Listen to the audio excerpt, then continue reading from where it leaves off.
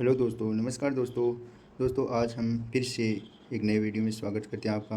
दोस्तों आज हम अपवाह तंत्र, हमारा टॉपिक चल रहा था भूगोल, जिसमें अपवाह तंत्र, भारत की अपवाह तंत्र, नदी तंत्र कौन कौन से हैं। तो दोस्तों इसमें नदी तंत्र के अंदर जैसे सबसे पहले है कि नदी अपवाह तंत्र कहते किसे हैं। तो अपवाह तंत्र का एक शब्द दोस्तों, एक शब्द क्षेत्र के तंत्र की व्याख्या करता है, जिसमें अलग अलग दिशाओं की छोटी छोटी धाराएं आकर एक मुख्य धारा मतलब मुख्य नदी का निर्माण करती है। दोस्तों मुख्य धारा, एक मेन धारा की आगे से चलकर उसमें अलग अलग नदियों का पानी मिल जाता है, तो उसको एक बड़ी नदी के रूप में हो जाती है और इसे मुख्य धारा के रूप में कहा जाता है। उसके बाद यहाँ यहाँ पर अलग अलग दिशाओं से छोटी छोटी धाराएँ आ रही है दोस्तों, ये सभी धाराएँ सहायक धाराएँ, मुख्य नदियों की सहायक धाराएँ नदी होती है। तो भारत का अपवाह तंत्र दो भागों में है दोस्तों, हिमालय अपवाह तंत्र, प्रायद्वीपीय अपवाह तंत्र। जो दोस्तों सबसे पहले है इसमें सिंधु नदी अपवाह तंत्र, गंगा नदी अपवाह तंत्र और ब्रह्मपुत्र अपवाह तंत्र, ये दोस्तों हिमालय की है। प्रायद्वीपीय दोस्तों जो पठारी प्रदेशों में पाई जाती है, तो नर्मदा, ताप्ती और महानदी, गोदावरी, कृष्णा और कावेरी। दोस्तों ये दक्षिण की मध्य भारत और दक्षिण में पाई जाती है दोस्तों। तो दोस्तों आगे चलते हैं, देखिए महत्वपूर्ण टॉपिक है दोस्तों ये। आगे सबसे पहले है सिंधु नदी तंत्र। तो दोस्तों सिंधु नदी तंत्र है दोस्तों, ये है हमारे तीन देशों से होकर गुजरता है दोस्तों। ये चीन से निकलता है दोस्तों। चीन में सबसे पहले है चीन के तिब्बत स्थित मानसरोवर, तिब्बत के अंदर यहाँ पे है दोस्तों। ये मानसरोवर के निकट इसका उद्गम होता है। पश्चिमी दिशा से बहती हुई नदी भारत के लद्दाख जिले के दमचौक के पास भारत और में प्रवेश करती है। तो आगे बहुत बहती हुई ये नदी गिलगित होते हुए दर्दिस्तान के पास पाकिस्तान में प्रवेश करती है दोस्तों। ये यहाँ पे पाकिस्तान में प्रवेश करती है। कराची के पूर्व से होते हुए अरब सागर में गिर जाती है। कराची के पूर्व में होते हुए अरब सागर में गिर जाती है दोस्तों। तो ये दोस्तों हमारी सिंधु नदी है दोस्तों। ये यहाँ पे ये अरब सागर, ये बंगाल की खाड़ी, ये तिब्बत के पास से मानसरोवर झील के निकट। तो दोस्तों आगे देखिए, ये देखिए इसकी सहायक नदियाँ कौन कौन सी दोस्तों। भारत का लेह है शहर सिंधु नदी के दाएं तट पर स्थित है। लेह शहर दोस्तों, लेह शहर दाएं तट पर स्थित है। ये दोस्तों लेह है। सिंधु नदी के अरब सागर से में गिरने से पहले इसमें 5 सहायक नदियाँ मिलती है दोस्तों। सबसे पहले है चेनाब दोस्तों, चेनाब नदी है दोस्तों, ये भारत से ही निकलती है दोस्तों। उसके बाद है झेलम, ये भी दोस्तों भारत में, जम्मू कश्मीर। और व्यास नदी उसके बाद है दोस्तों, व्यास नदी, व्यास ये भी दोस्तों भारत से ही है। और सतलज नदी, ये दोस्तों तिब्बत से होकर निकलती है, तिब्बत से निकलती है, जो आगे चलकर पाकिस्तान में जाकर ये सिंधु इसमें नदी में मिल जाती है दोस्तों। तो आगे नेक्स्ट पॉइंट पे चलते हैं दोस्तों। बहुत महत्वपूर्ण चैप्टर चल रहा है दोस्तों ये। आगे दोस्तों ये है चेनाब नदी, सिंधु नदी जहाँ से निकलती है, तो घाटी प्रदेश बनाती है, इसे सिंधु घाटी सभ्यता भी कहा जाता है। तो दोस्तों ये पाकिस्तान में। तो दोस्तों आगे इसकी सहायक नदियाँ देखिए, सहायक नदियाँ चेनाब, सबसे पहले चेनाब नदी, ये नदी की सबसे बड़ी सहायक नदी, इसका उद्गम स्थान सबसे बड़ी सहायक नदी है दोस्तों सिंधु की।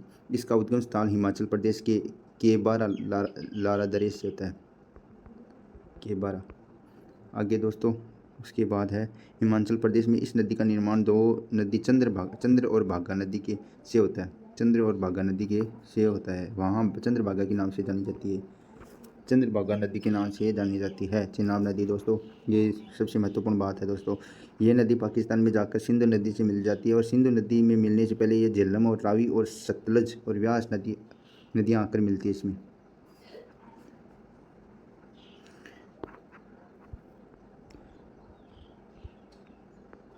ये देखिए दोस्तों,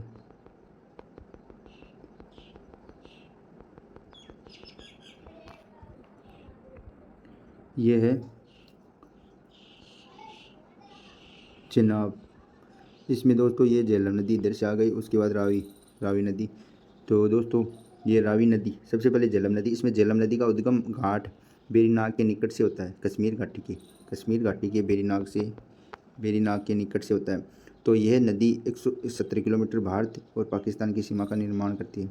तो दोस्तों ये सबसे महत्वपूर्ण बात है, जंग के निकट से होकर चेनाब में मिल जाती है। ये चेनाब में जंग के निकट से होकर मिल जाती है। ये नदी हिमाचल प्रदेश के रोहतांग दर्रे में निकलकर कश्मीर और पंजाब होते हुए पाकिस्तान के जंग के निकट चेनाब में मिल जाती है। ये भी जंग के निकट ही मिलती है दोस्तों। तो दोस्तों ये दाहिनी तरफ झेलम नदी दाहिनी तरफ से मिलती है और ये बाईं तरफ से मिलती है रावी। बाईं तरफ से रावी मिलती है।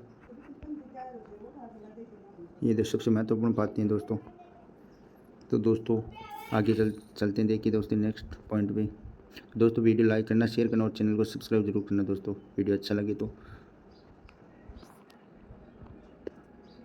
आगे दोस्तों देखिए सतलज नदी। ये सतलज नदी, ये नदी तिब्बत के रक्सताल से निकलती है दोस्तों, मानसरोवर झील के पास में रक्सताल। तो ये सिंधु घाटी नदी के समांतर बहती हुई हिमाचल प्रदेश में प्रवेश करती है और आगे पंजाब में होती है, पाकिस्तान के भावलपुर में चेनाब नदी में जाकर मिल जाती है। चेनाब में मिलने से पहले ये व्यास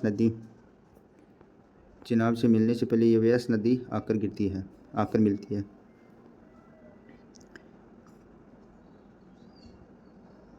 ये दोस्तों व्यास नदी आ गई यहाँ से, ये इसमें गिर जाती है ये व्यास नदी। 2 मिनट दोस्तों। ये दोस्तों देखिए व्यास नदी इसमें सतलज नदी में आकर गिर जाती है दोस्तों। और इस पर ही दोस्तों आगे चलकर हरिके बैराज बना हुआ है दोस्तों। रोहतांग दर्रे से निकलकर व्यास नदी हिमाचल प्रदेश के कुल्लू घाटी से बहते हुए पंजाब के हरिके में सतलज नदी में मिल जाती है दोस्तों। ये सबसे महत्वपूर्ण बात है दोस्तों। आगे चलते हैं, देखिए दोस्तों ये हटा देता हूँ मैं। ये दोस्तों ये इंदिरा गांधी नहर यहाँ से निकलती है हरिके बैराज। इस हरिके क्षेत्र में जो हमने व्यास और सतलुज के संगम की बात की थी, यह देश की सबसे लंबी नहर इंदिरा नहर निकलती है। पंजाब राजस्थान से होकर गुजरती है, पंजाब और राजस्थान से होकर गुजरती है और राजस्थान में इसकी लंबाई 470 किलोमीटर दोस्तों इसकी इंदिरा गांधी नहर की।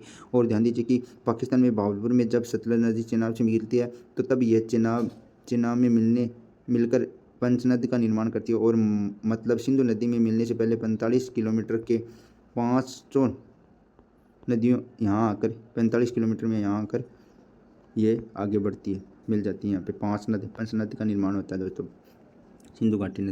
सिंधु नदी चेनाब नदी से मिलती है यहाँ पे, भावलपुर पाकिस्तान के पंचनद का निर्माण होता है यहाँ पे। तो दोस्तों महत्वपूर्ण पॉइंट ये है।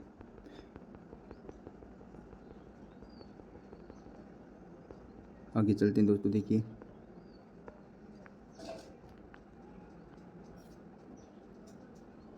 आज दोस्तों सिंधु नदी पढ़ लेंगे, सिंधु नदी तंत्र। देखिए दोस्तों ये है दोस्तों सबसे इसमें कि पानी के वितरण के लिए तो दोस्तों सिंधु जल समझौता हुआ था दोस्तों पाकिस्तान और भारत के मध्य। तो दोस्तों 1960 में हुई भारत और पाकिस्तान के बीच में हुई वार्ता संधि में दोस्तों तीन पूर्वी नदियाँ व्यास रावी सतलज का नियंत्रण भारत को तथा 3 पश्चिमी नदियाँ सिंधु चेनाब झेलम नदियों का नियंत्रण पाकिस्तान को दिया गया दोस्तों। ये दोस्तों सबसे महत्वपूर्ण बात है, 1960 के अंदर हुई थी वार्ता दोस्तों सिंधु जल समझौता। तो दोस्तों महत्वपूर्ण पॉइंट है दोस्तों। तो दोस्तों आज इतना ही करेंगे दोस्तों, और अगला पॉइंट गंगा नदी तंत्र तो दोस्तों नेक्स्ट वीडियो में पढ़ेंगे दोस्तों। तो दोस्तों इससे आगे वीडियो लंबा हो जाएगा इसलिए। तो धन्यवाद दोस्तों वीडियो देखने के लिए, और चैनल को सब्सक्राइब जरूर करना और वीडियो को लाइक कर देना दोस्तों। थैंक यू दोस्तों।